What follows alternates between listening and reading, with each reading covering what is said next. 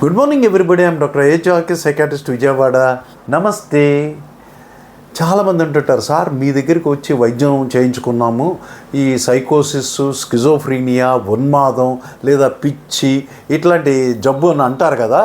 ఈ వ్యాధిగ్రస్తులు చక్కగా వైద్యం చేయించుకొని 6 నెలలు సంవత్సరం వైద్యం చేయించుకొని ఆ తర్వాత మందులు మానేసేదానికి అవకాశం ఉందా?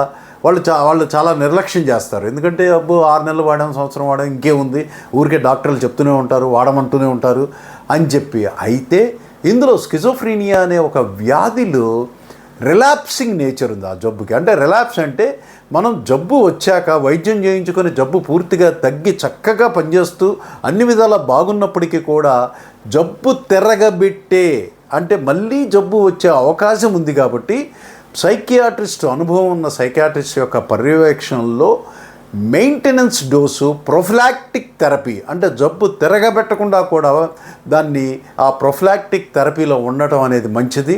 ఎట్టి పరిస్థితుల్లో మందుల పట్ల ఉదాసీనత, నిర్లక్ష్యం పనికిరాదు. మీకు షుగరు, బీపీ, గుండె జబ్బులు, కేళ్ల నొప్పులు, కేళ్లవాతాలు, ఉబ్బసం వస్తే ఎలా అయితే డాక్టర్ యొక్క పర్యవేక్షణలో దీర్ఘకాలికంగా జాగ్రత్తగా మందులు వాడతారో, మానసిక వైద్యంలో కూడా డాక్టర్ సలహా మేరకు వాడటం మానటం అనేది సైకియాట్రిస్ట్ పర్యవేక్షణలో, సైకియాట్రిస్ట్ సలహా మేరకు జరగాలి తప్ప మీరు ఉచితంగా నిర్ణయాలు తీసుకోవటం తగదు. మీ డాక్టర్ ఏజాకే సైకియాట్రిస్ట్ విజయవాడ. నమస్తే.